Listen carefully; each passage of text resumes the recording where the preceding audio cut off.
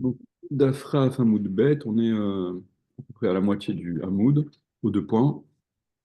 Vers un makif pe'atorosho vechoulé, et celui qui coupe donc en rond les coins de sa tête. On a expliqué dans la Mishnah, vous vous rappelez, euh, les cheveux qui sont au niveau des tempes, les pointes qui, si elles sont retirées, donc si cette zone, si cette partie de cheveux est retirée, ça ferait une, la délimitation des cheveux, elle serait tout à fait circulaire, et donc c'est ce que la Torah interdit. Ben, un mekif péatrocho, et un mekif péatrocho, celui qui euh, coupe les coins de sa tête. Alors on va expliquer, on va définir un peu plus ça signifie quoi. Tanoura banane. Donc on a enseigné dans une braïta, péatrocho, sauf rocho. C'est quoi le coin de sa tête? C'est sauf rocho, la fin de sa tête. Alors qu'est-ce que ça veut dire? Vezeu sauf rocho, et c'est quoi la fin de la tête? C'est-à-dire quoi? L'extrémité, la fin. C'est quoi? Il y a une fin, il y a un début. Zea mashvet da'av liachore ozno ulpadachato. Voilà, c'est la définition. C'est celui qui, Zea mashve, celui qui égalise. Tzda'av. Donc tzda'av, c'est l'endroit de la tempe, Les justement. côtes. Pardon? Ah, pardon, excuse-moi, je Ah, sais plus que j'ai dit. Non, j'ai dit les côtés. c'est sur les côtés, ouais, c'est au niveau des D'accord. tempes. Liachore ozno, avec l'arrière de son oreille, depuis l'arrière de son oreille, c'est-à-dire ulpadachato, et avec la partie qui est au-dessus, la partie supérieure du front, c'est-à-dire, pour le montrer, donc l'extrémité, la jonction entre le front et là où commence la naissance de la racine des cheveux, jusqu'à l'arrière de l'oreille, qui est sans cheveux non plus. Donc toute cette partie-là qui serait supprimée, ça permettrait d'avoir finalement une, euh, une délimitation des cheveux, tout ce qui est plus circulaire quasiment. Ok? Donc c'est ça, voilà, c'est ça être makif péa trop chaud. Prenez Rachi, Vezou sauf chaud, et c'est quoi la fin de la tête? Donc l'extrémité, dans le sens, c'est un peu, c'est un peu un synonyme de l'extrémité finalement. Be'eze inyan yehe makif sauf roche. De quelle façon est-il considéré comme étant makif cette fin, cette extrémité de la tête, chez Chayav et Baltakifu, pour être Chayav au titre de vous ne ferez pas donc, vous ne couperez pas en rond vos cheveux, c'est Hamashvit Da'av Leachore Ozno ou Padachato. C'est celui qui égalise. Euh, donc c'est les côtés. Il va poursuivre la, il va rejoindre depuis l'extrémité du front. euh, à la naissance donc, de la racine des cheveux jusqu'à l'arrière de l'oreille. Il va tirer ce trait-là pour retirer ses cheveux. Donc un mashvetzda, ce qui égalise les niveaux des tempes, les achore oznol padachato, depuis l'arrière de son oreille et jusqu'à padachato, padachat, c'est donc là, cette partie du crâne. Achore ozno, derrière son oreille, ncar kloum, il n'y a pas du tout de cheveux. Vekar bemitzro, et ainsi en est-il bemitzro au niveau de son front. Ein se'ar kloum, il n'y a pas du tout de cheveux. Aval bitzdaav shebaemtsa, mais sur les tempes shebaemtsa qui sont au milieu, qui sont donc entre cette partie du front et l'arrière de l'oreille, yesh se'ar, il y a oui des cheveux. Veimu mashve venotel kol se'ar, et s'il est mashvé, s'il égalise et qu'il retire, vous voyez, de la chaîne de Rivan, kol se'ar, tous les cheveux, chez Bitzda'av, donc au niveau des tempes, les midat achore ozno ou padachato pour égaliser euh, la même mesure, faire euh, comme derrière son oreille jusqu'à son front, c'est-à-dire que il va rendre, il va faire cette espèce de jonction, il va rejoindre en retirant les cheveux du niveau de la tempe. Il va faire que il y aura donc euh, il y a presque une ligne directe donc entre l'extrémité de son front avec l'arrière de son oreille. Zéou makif sauf à roche, c'est ça, être makif, l'extrémité de la tête. Ok. Venons au premier Agmara. Tane Tana Kamedera Friza. On a enseigné, il y a donc un étudiant qui enseignait, qui étudiait sa Braïta devant Rafrizda. Echad amakif ve echad anikaf loke. celui qui est makif, c'est-à-dire celui qui est actif dans cette coupe de cheveux, là, de coupe au bol, donc celui qui serait makif, celui qui couperait les cheveux. Quand je dis couper les cheveux, il faut voir est-ce que c'est couper, est-ce que je vous avais rapporté hier la marloquette entre les méfarchim, euh, est-ce que on est chayav malkout uniquement lorsque l'on se sert d'un rasoir là aussi ou lave dafka? Est-ce que même avec autre chose qu'un rasoir, par rapport à ce lave de baltakif, on serait chayav malkout également? En tout cas, celui qui est makif, donc celui qui est actif, qui va retirer cette partie de cheveux, ve'echad anikaf, et celui qui est nikaf, donc celui qui est sujet à cette coupe, donc c'est celui à qui on coupe les cheveux, à qui on retire les cheveux au niveau de la tempe, loqué, il est loqué. Aussi bien l'un que l'autre est loqué, donc rapporte cette braïta, à Marlé, il lui a dit, donc Rafrizda qui entendait cet étudiant, ce Talmide, rapporter cette braïta, à Marlé, Rafrizda lui dit, Mande achilt mared be'arbila lake, littéralement, celui qui mange des dattes, arbila, le Rivan, il dit une espèce comment ça s'appelle, une espèce de passoire. Laqué, il est loqué. Alors, c'est une expression qui est plus très employée aujourd'hui, mais regardez ce que dit le Rivan. De achil tmari d'arbila, aochel tmarim bekevara, celui qui mange des tmarim dans une kvara, celui qui mange des dattes dans un tamis. Yéhé loqué, est-ce qu'il est loqué? Bitmia, avec étonnement. Façon de dire, quoi, celui qui est Nikaf, il n'a rien fait. Il est inactif. Donc, dans ces cas-là, expression qui désigne le fait de rendre Hayav sur rien, sur absolument rien. Kelomar, c'est-à-dire Nikaf, le Nikaf, celui qui est sujet au fait qu'on lui coupe les cheveux, mais qui n'est pas actif dans cette coupe de cheveux. Mapesha Sheouloké, Mapasha Sheouloké, qu'est-ce qu'il a transgressé pour être loqué? Lave chez Enbo Maasé avait, c'est un lave qui ne comporte pas de Maasé puisqu'il est totalement passif. Vélo Lilke, et par conséquent, il ne doit pas être loqué. Ok? Puisque nous, on a vu, on va revenir immédiatement là-dessus, que en principe, d'après les Chachamim, lave chez Enbo Maasé, En Lokina lave, un lave qui ne comporte pas de Maasé, on n'est pas loqué dessus. Donc c'est ce qu'objecte Rafrizda à cet étudiant qui ramenait cette braïta sous cette forme. Euh, donc, Amar les man de Amar les man de Achitmare be'arbila lake, de Amar la mani Rabbi Yehudahi. Donc celui qui enseignait celui qui répétait cette braïta, hein, dit à Rafrizda, de Amar la, moi ce que je t'ai dit, mani c'est qui? Quel est le maître de cet enseignement-là, le Tana de cette braïta? Rabbi Yehudahi, c'est Rabbi Yehuda, et Rabbi Yehuda, vous vous en souvenez, on l'avait vu au tout début du premier Pérec, et on l'avait vu plus tard, d'Aftet Zaïn, des Hamar, et Rabbi Yehuda lui y pense, lave chez En Bomaase, Lokin lave. Un lave qui ne comporte pas, dans lequel il n'y a pas de Maasé, pour autant on est oui loqué dessus. Donc, il n'y a rien d'étonnant à ce que le makif, comme le loquet, enfin que le nikaf plutôt, tout comme le makif, même le nikaf, celui qui est passif, il soit passible de la peine de malcoute. Ok, il n'a pas fait d'action, mais il y a un lave qui a été transgressé sur son corps. Il a été. Et donc, d'après l'opinion de Rabbi Yehuda, qui sanctionne la peine de malcoute, même sur un lave chez le Bomassé, le nikaf, il sera celui qui est donc sujet à cette coupe, il sera également loqué.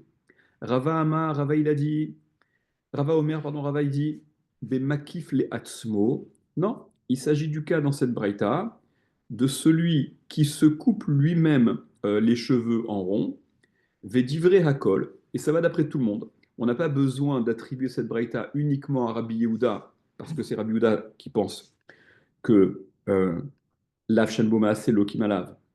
Et donc, celui qui est Nikaf, il n'est loqué, celui qui est sujet à la coupe, ne serait loqué que d'après Rabbi Yehuda.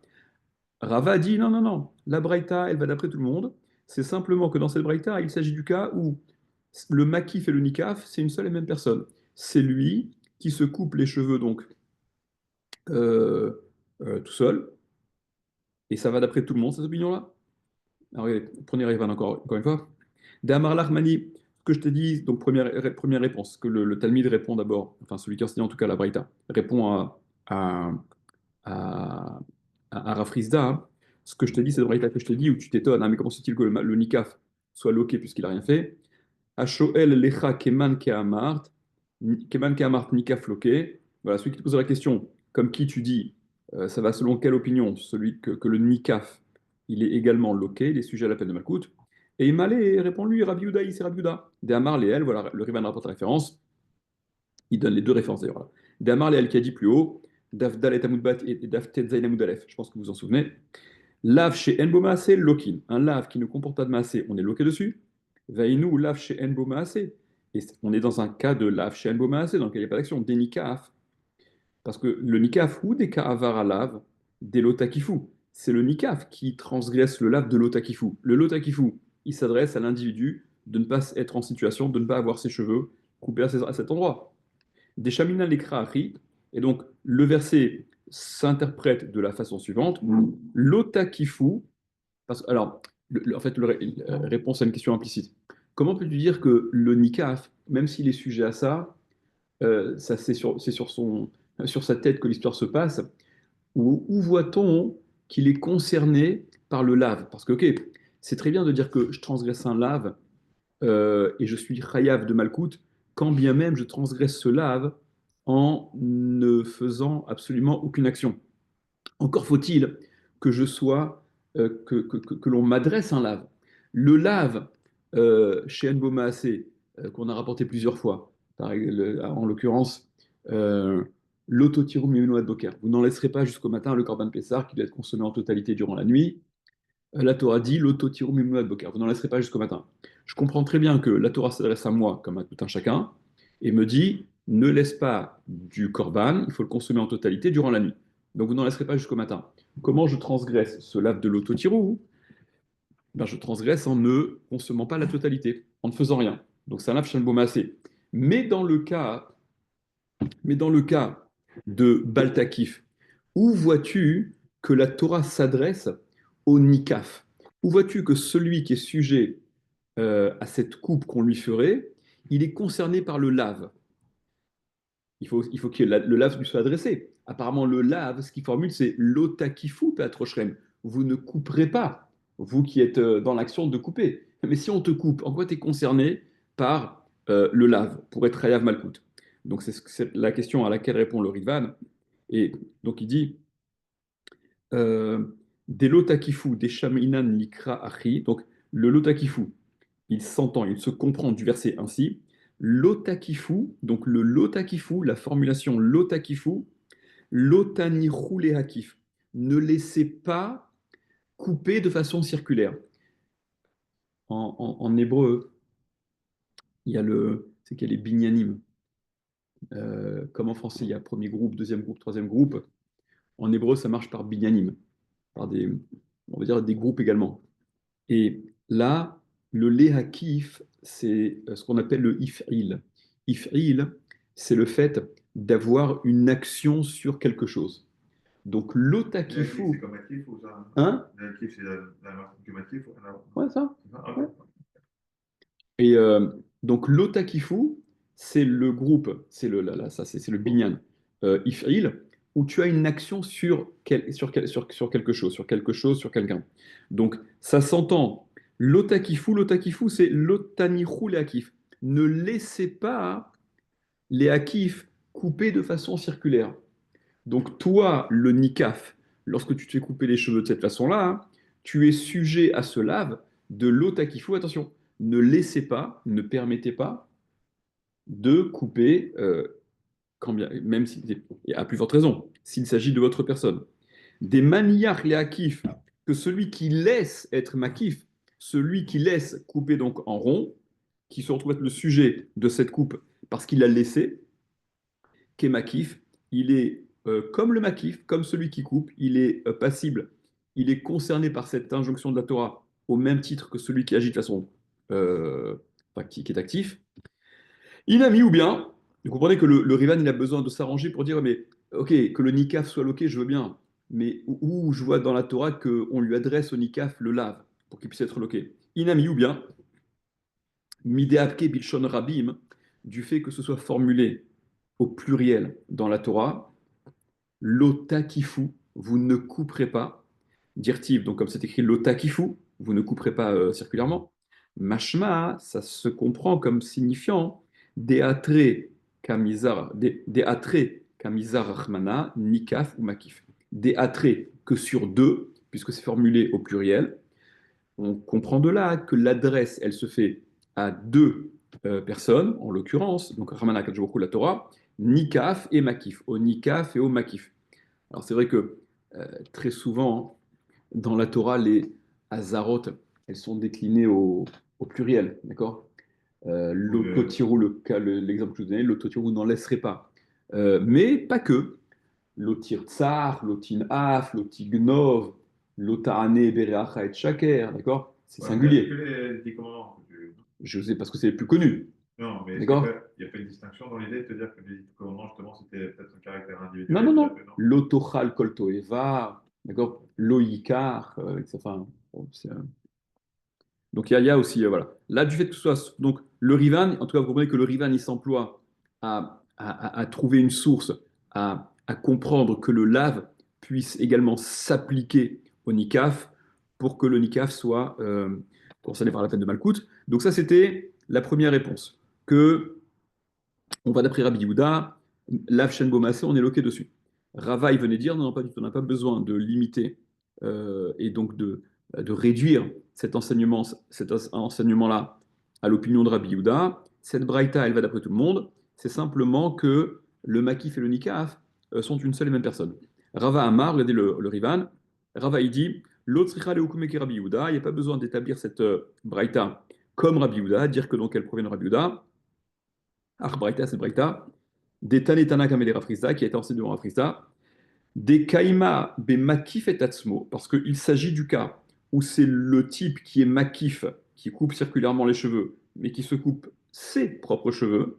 Ve Kamash Malan, et donc cette Braïta vient te faire entendre, t'apprends, des Chayav Tarté, qu'il est Chayav à double titre, Tarté 2, Mishum Makif ou Mishum Nikaf, au titre de Makif et au titre de Nikaf. Des salles Kadat et Hamina, parce que tu aurais envisagé de dire Lolilke et Lachada, il n'est loqué qu'une seule fois. Kamash Malan, eh bien Kamash Malan, que non, qu'il n'est pas loqué une seule fois, qu'il est loqué deux fois, et là on a également besoin de ce que le Rivan avait dit plus haut, d'accord Parce que le Lotakifu, il s'adresse également au Nikaf. Et donc, il va cumuler les deux. Ravashi Omer, troisième grille de lecture, troisième explication de cette Braïta. Ravashi dit Be Messaïa vedivre hakol. Il s'agit du cas où il est Messaïa. C'est quoi Messaïa? Messaïa, c'est aider, c'est y contribue. Le Nikaf, il n'est pas passif à 100%, il aide. Il est bienveillant dans sa façon, parce que le Rivan va expliquer immédiatement. C'est quoi il aide? Regardez le Rivan. Euh, donc, Vedivra Akol, la deuxième grande ligne. Dès l'autre, Saïch le Tirutse Rabbi Yehudaï, donc on n'a pas besoin de dire que c'est Rabbi Yehuda. Bon, ça, c'est ce que Rava avait déjà fait. Hein. D'après Rava aussi, c'est Divra Akol. Enfin, Divra Akol. C'est pas que Rabbi Yehuda, quoi. Messaïa, il s'agit du cas où le Nikaf, il est Messaïa, il aide. Mazmin Asearot la Makif. Il présente les cheveux au Makif, à celui qui coupe. Donc il est aussi associé dans l'action. Il n'est pas si inactif que ça. Voilà. Il va mettre sa tête en posture facile ou présenter les cheveux de sorte à ce que le Makif puisse couper. Et donc, euh, dans un tel cas, hein, le Makif et le Nikaf sont Lokim.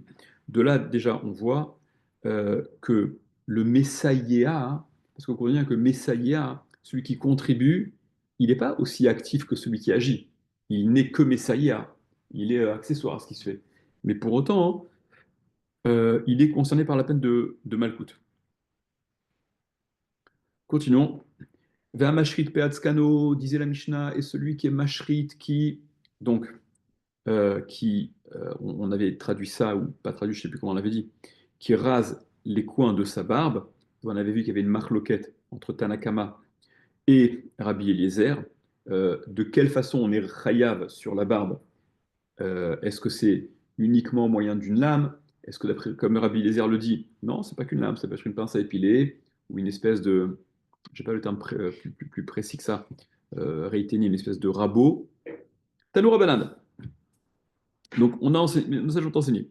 Peat zkano, les coins de sa barbe, sauf zkano.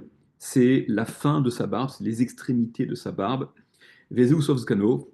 Et c'est quoi la fin de sa barbe? Shibolet zkano. C'est la shibolette. Alors, c'est quoi shibolette? Regardez, prenez Rivan. Shibolet zakan. Kula chamesh peot. Il y a 5 points concernés par cette interdiction de retirer, de quelle façon on verra, de rasoir ou pas que rasoir, dans la barbe. Des karachif matnitin, des matnitin qui sont considérés, qui sont pris en compte, donc qui sont évoqués dans la Mishnah. Bichlal shibolet hem. Et ils ont tous le statut de shibolet. Tu vois, on va dire une espèce c'est pas un épi, mais c'est une espèce de pointe, ok? Pointe dans le sens, comme le Rivan expliquait, d'après le Rivan, dans l'amou précédent, l'endroit de jonction des articulations des os. Ok. On avait parlé le temporal, mandibulaire, on n'a pas parlé des zygomatiques, trucs, maxillaires et compagnie. En tout cas, ces endroits de jonction des os, d'après le Rivan, ok, c'est ce qui va donner, c'est ce qui correspond à cette chibolette, à cette finition, à cette jonction. Donc, la Mishnah, la Gemara dit, voilà, donc ce sont ces points-là qui sont concernés par l'interdiction. Continuons, la Gemara. Ve'amesaret srita achat. Vous vous rappelez, on revient à l'histoire des scarifications, celui qui s'entaille sur un mort, ou sur plusieurs morts d'ailleurs. Ve'amesaret srita achat, et celui qui se fait une srita, etc. Donc on avait dit, une srita, il est chayav malkout, si c'est sur un mort. Une srita sur 5 morts, il est chayav 5 malkout. 5 sritot sur un seul mort, il est aussi chayav 5 malkout. Tanu Rabanan, nos maîtres ont enseigné. Veseret, donc Veseret, la nefesh, etc. Yachol, afilou sarat al beto shenafal, valsfinato shetava bayam. Yachol, j'aurais pu envisager que cette scarification sur laquelle la Torah rend chayav malkout, elle concerne à Filou, même si Saratal Beto, il s'est entaillé sur le fait que Beto chez Nafal, sur sa maison qui s'est effondrée, Valsfinato chez Tava Bayam, ou sur son bateau qui a coulé dans la mer, d'accord? Il s'est scarifié, il s'est entaillé, il s'est fait une taillade, voilà, en signe pour marquer à quel point il prend la catastrophe à cœur. Et donc, il serait tout aussi grave que si c'était sur un mort. Talmud Lomar, non, c'est ce que vient d'apprendre la Nefesh. Il y a marqué dans le Passouk la Nefesh pour la Srita dont parle la Torah et qui est sanctionnée par la peine de Malkout. C'est lorsque cette Srita-là, elle a été faite sur un mort. Eno Chayav la Alamet Bilvad, il n'est Chayav que sur le mort uniquement. Prenez Rivan, l'avant-dernière ligne.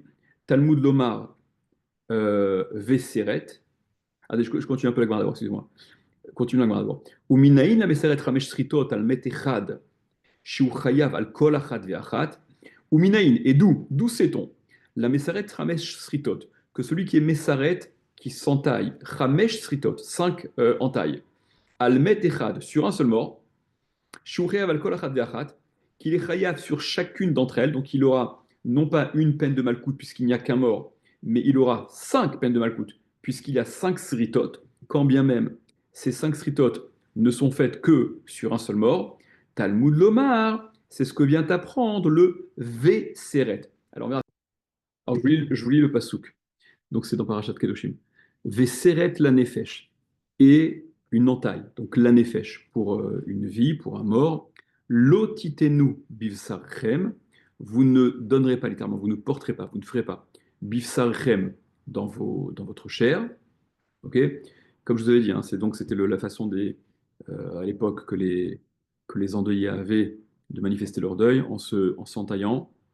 Donc cette interdiction-là, euh, Voilà, elle s'inscrit aussi dans les limites que la Torah met au signe de Havelut.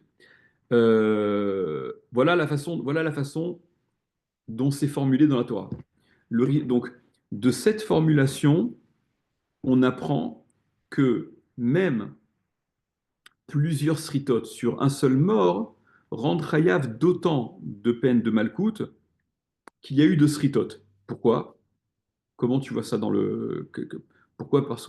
Pourquoi le Veseret, il indique cette idée-là? Alors, prenez le Rivan, avant-dernière ligne. Talmud Lomar, donc il y a deux raisons qu'il va rapporter. Deux explications. Talmud Lomar, Veseret, c'est ce que vient d'apprendre Veseret. Des Matzili Mirtav, la Nefesh Lotisretu.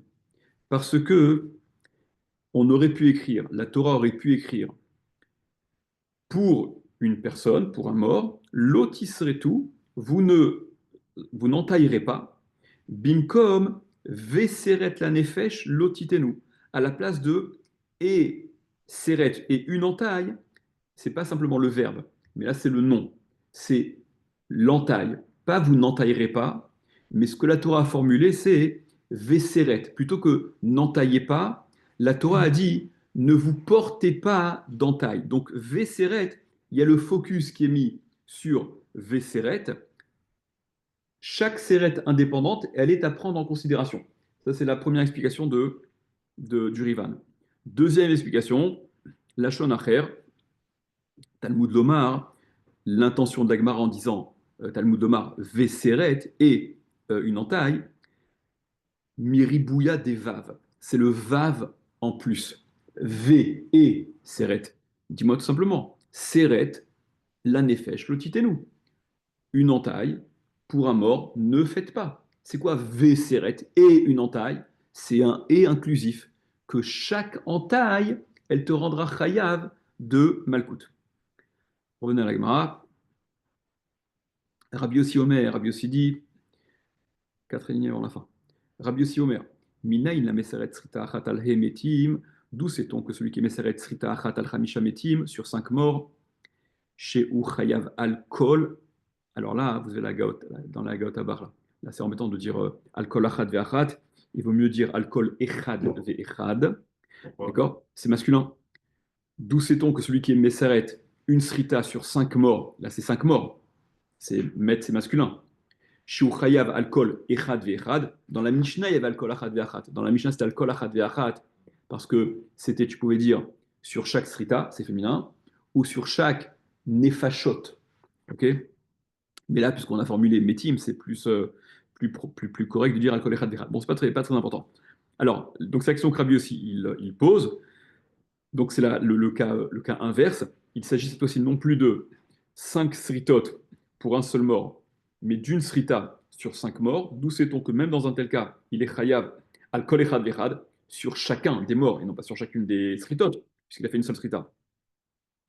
Talmud Lomar, la nefesh, sur le nefesh par rapport au nefesh, les chayev al kol nefesh ve nefesh, ce qui vient donc rendre chayav sur chaque nefesh, sur chaque vie individuellement. Un peu comme on l'a dit pour Veseret, d'accord, le terme la nefesh, parce que regardez, là aussi probablement ce qu'il faut dire, c'est que Veseret la nefesh au titre de Sarchem, ah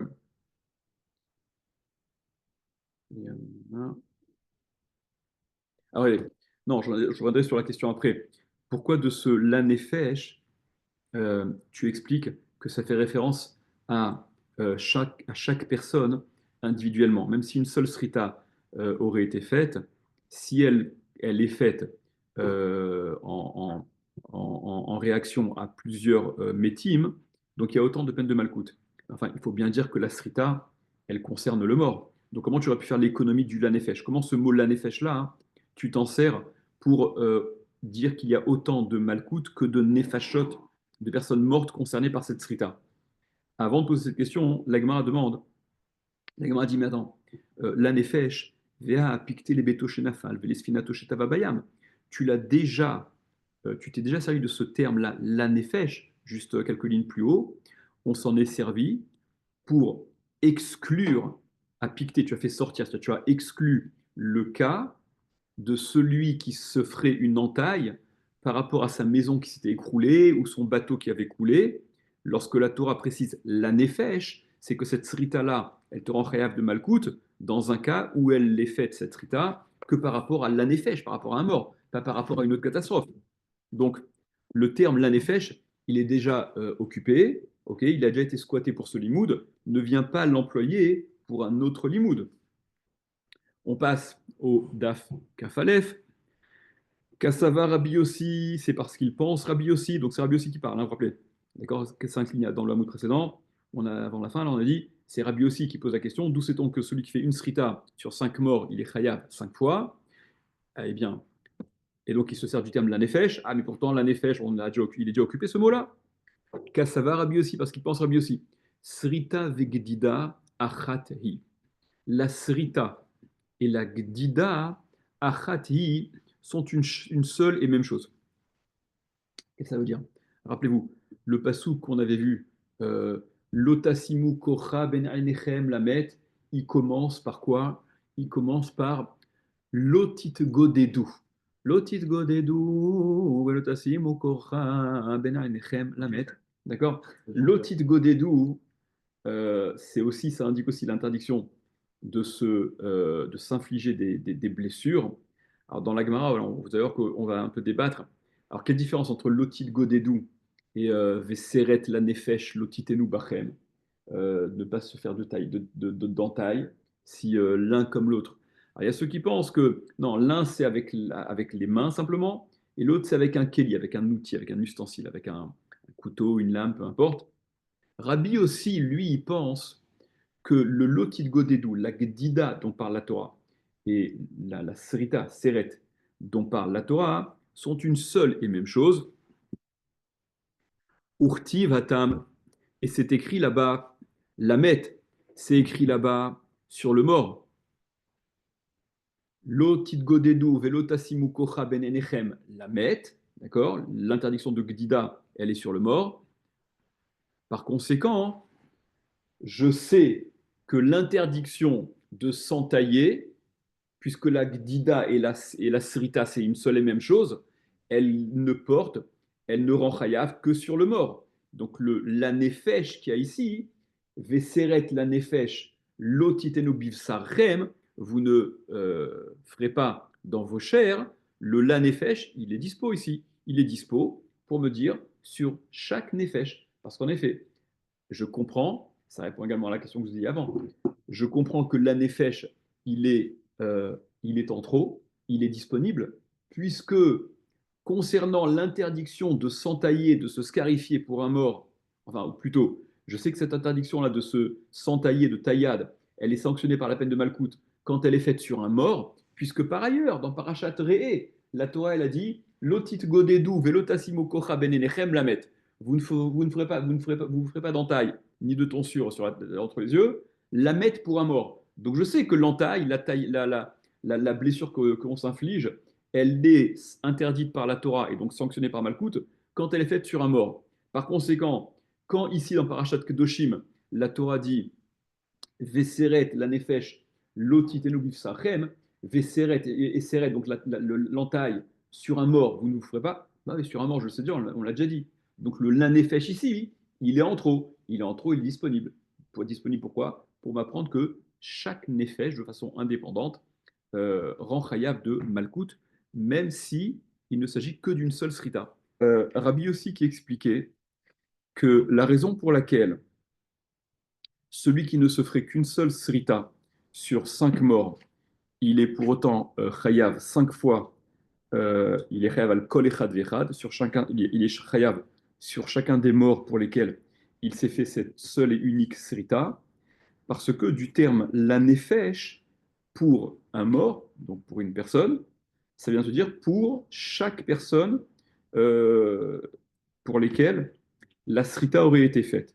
La Gemara s'étonnait, ah mais ce terme la nefesh, tu t'en étais déjà servi pour exclure la peine de malcoute de celui qui se serait infligé, donc qui se serait mortifié pour une autre raison qu'un mort, mais pour une autre catastrophe.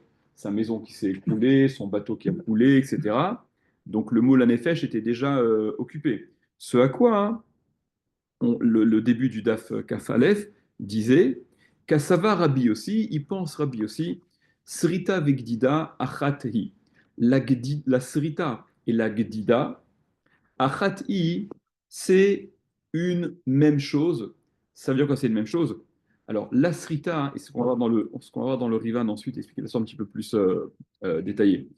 Le terme Srita, Veseret la Nefesh, Lotiknu Bachem, etc. Donc, la srita, ça tend plus à indiquer une griffure. Donc, on a, comme tu avais dit, une griffure avec les mains. C'est une entaille qu'on se fait avec ses mains, avec ses ongles. Alors que le terme gdida, ce qui est marqué dans la Torah, lotit godedou, le début du passouk, lotit godedou, velotasimu kocha ben enechem lamet, lotit godedou, c'est aussi une scarification, mais ça tend plus à indiquer une scarification qui a été faite au moyen d'un keli, d'un instrument, d'une lame, d'un couteau, de ce que vous voulez, que avec la main. Rabbi aussi vient dire, non, en réalité, srita vegdida achatehi. La srita et la gdida, c'est une seule et même chose, c'est-à-dire aussi bien l'une que l'autre, elle est concernée, qu'elle soit faite avec la main ou qu'elle soit faite au moyen d'un keli. Donc même si la srita, qui apparemment on aurait plus tendance à traduire comme voilà, par une griffure quelque chose, où l'idée elle est que cette srita elle a été infligée avec les mains, sans utiliser un keli. Pour autant, si on s'est infligé cette entaille avec un keli, on a aussi transgressé le lave de srita. Donc, ce que Rabbi aussi est en train de dire, regardez là, le Rivan tout en haut, Kassava Rabbi aussi, il pense Rabbi aussi. Srita avec Gdida achati, que la srita et la Gdida, c'est une seule et même chose. Detarvayou, parce qu'en réalité, les deux, ben beyad, ben bichli, que ce soit avec la main ou avec le keli, on a transgressé aussi bien l'une que l'autre. Urtif Begdida la met, et c'est écrit au sujet de la Gedida, c'est le passage que je vous ai cité juste avant, Lotit Godedou, donc vous ne vous entaillerez pas. Velo Tasimu Korra Ben Enechem la met, et vous ne ferez pas non plus ces fameuses tonsures Ben Enechem entre les yeux, la met, et donc la fin de ce passage, c'est la met, c'est pour un mort. Donc la Gedida, cette entaille dont il est question dans la Torah et qui est interdite, elle est la mette pour le mort. L'otil godedou, donc il suit le pasuk, le Rivan, donc Rabbi Yossi, qui pour lui, Srita et Gdida sont identiques, et c'est précisé au sujet de la Gdida et de la Srita que c'est pour le mort. Ok. Donc le terme la nefesh, qui était employé dans le pasuk, Veseret la nefesh lotitenu bachem, d'accord, dans Sefer Yikra, celui-là, il est donc libre pour dire que ça exclut une entaille, une scarification qui se serait faite pour autre chose que pour un mort. Parce que la srita et la gdida qui sont interdites, qui ne sont interdites, enfin, pour lesquelles la Torah, dont parle la Torah et qui est suivie donc de la peine de Malkout, c'est lorsqu'elles sont faites pour le mort. C'est non pas le terme lanefesh qui l'indique, mais c'est le terme lamet. Lotilgo de du velotasimo kocha ben enechem lamet. Point.